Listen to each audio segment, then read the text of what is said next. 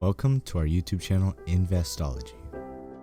Hi, I'm Kai, and this is my partner Lloyd, and together we share our investing insights. Today, we'll talk about why did we create the channel, what do we share on the channel, and why should you subscribe to the channel. So what is an REIT? REITs are real estate investment trust companies that own income-producing real estate. There is a variety of real estate owned by REITs. So who is involved in an REIT? There are the investors and then there are the rental properties. Investors purchase shares from the REIT. REITs finance and invest into the real estate. The REITs then collect rental income or interest from the real estate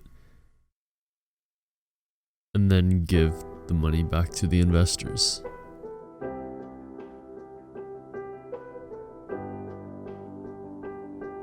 We also evaluate stocks like Tesla, which has been growing massively over the years, and companies like Amazon, which have had their fair share of up and downs, and Google, who has had up and downs as well, but they all remain positive.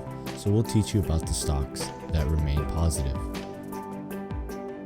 Another thing we'll go over is investing in penny stocks. Another term for penny stocks would be microcap stocks or small cap stocks. They're low price stocks that have a chance of increasing in price drastically and usually are below $5. Are you not so sure on what you should invest in at your age? Well, if you're a child, you may have little to no experience and you should start investing in maybe penny stocks, versus when you're a middle-aged person, you're focusing on building a family and creating those assets such as a home. Investing while you're older means you have more free time and you can invest in things like ETFs and annuities, which will help you in the long term. Having a used car is a great investment because it's cheaper and you have lower insurance costs, but you might have higher gas costs. Buying a new car will guarantee that depreciation will happen and it may not be suitable for your living expenses. Are you worried that you can't start because you have little to no money? Don't worry, because there are always ways of finding money and putting that money to good use. Speaking about ways to find money, side hustles are a great way to find money for investments. Lawn mowing is a great source.